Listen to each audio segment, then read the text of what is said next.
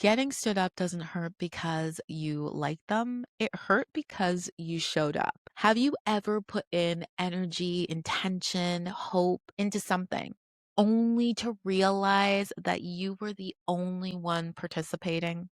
Hey, friends, it's Jasmine, and welcome to the Unfiltered Flow. And today we are talking about being stood up, not that teenage drama kind of stood up or that early chaotic 20s stood up. I'm talking about the grown you, the healedish you, the voice note exchange, the 2 hour drive type of stood up. We're not just telling the story. We're unpacking the psychology, the vulnerability, the attachment, and the new relationship energy. Because this isn't just about someone not arriving, it's about what happens inside of you when they don't. So if you've ever been ghosted, breadcrumbed, catfished, or just left staring at your phone looking for some sort of clarity, stay with me here and let's flow.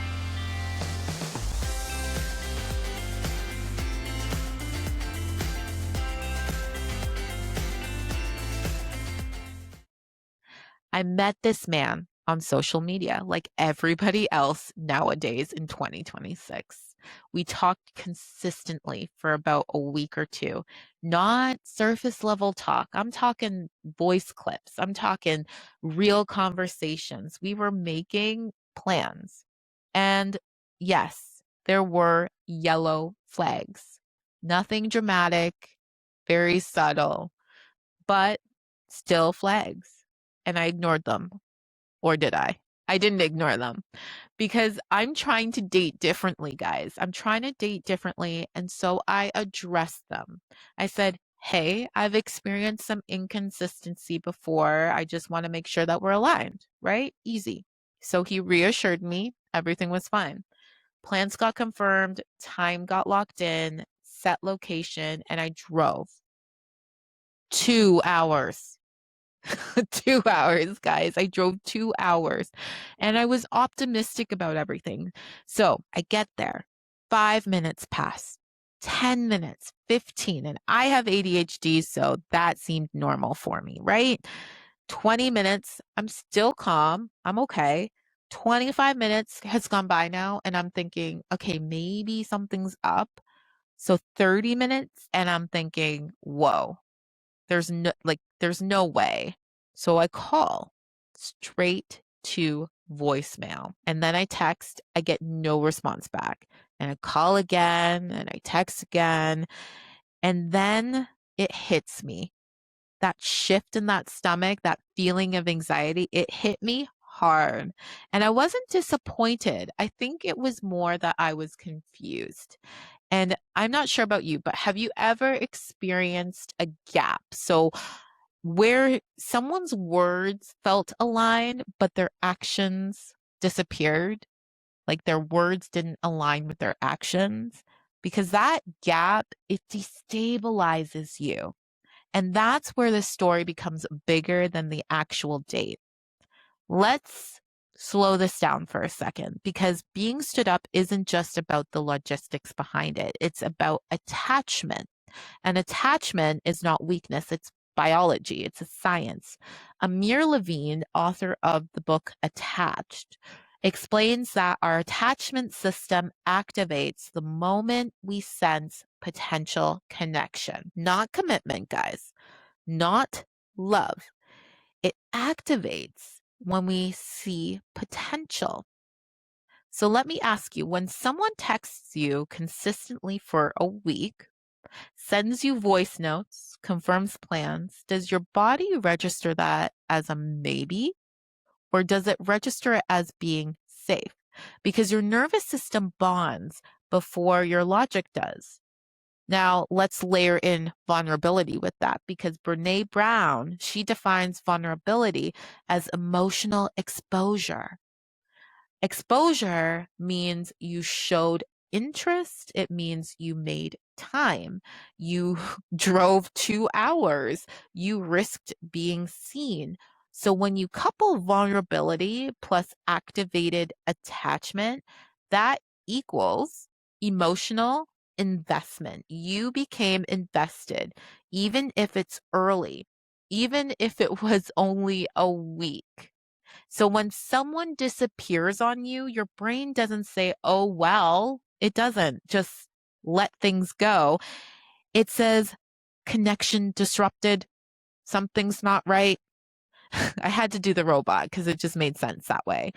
Have you ever judged yourself for caring too much so quickly, or felt silly for being affected by someone that you just met?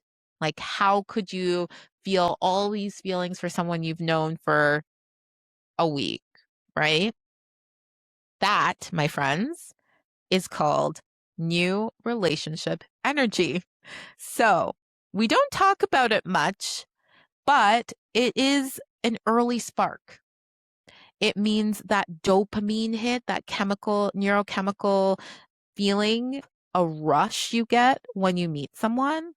So in relationship psychology, and especially in the polyamorous or non-monogamy, ethical non-monogamy communities, NRE, new relationship energy, is recognized as a neurochemical high. It's the anticipation of your date, of meeting someone. It's the projection. It's the possibility of something new. And voice notes, they accelerate NRE. Let me tell you why, okay?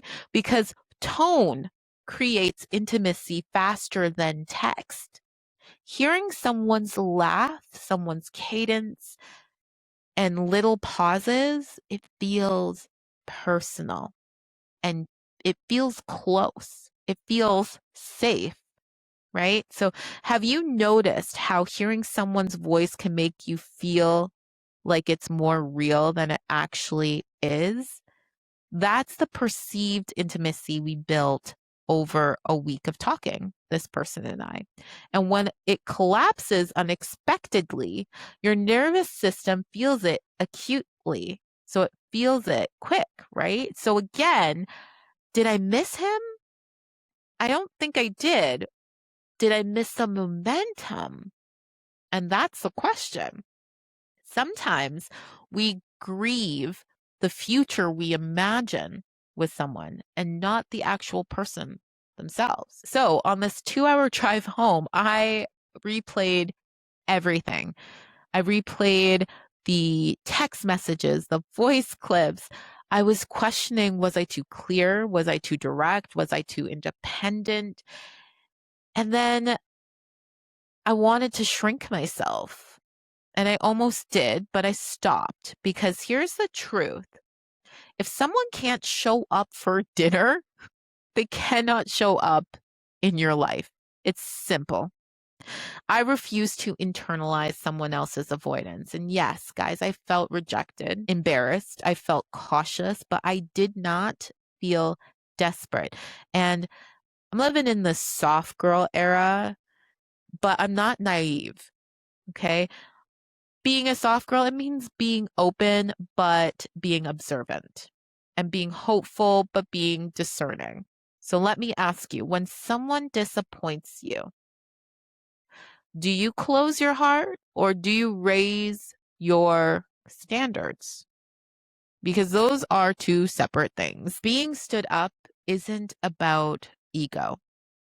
It's about vulnerability meeting inconsistency. Number one, it's about attachment activating without follow through.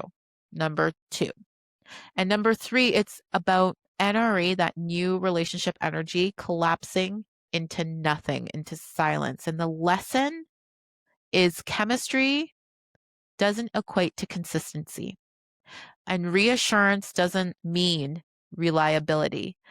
Emotional exposure deserves emotional responsibility. I didn't get stood up. I got information, and information in this world of 2026 and dating modernly is power, because now I know I can handle disappointment without abandoning myself. And that, guys, is maturity. So, if this episode resonated with you, if you've ever been stood up, ghosted, breadcrumbed, catfish, or left sitting in confusion, I want you to do 3 things for me. Can you please share this episode with someone you care about who needs it? And can you please leave a review? Please, anything. It helps this podcast reach more people navigating dating, healing, and growth. And 3, subscribe to my channel so you never miss an episode. So simple. And as always, real talk, real life, real love, on and off the mat. This is the Unfiltered Flow, and I will see you in the next episode.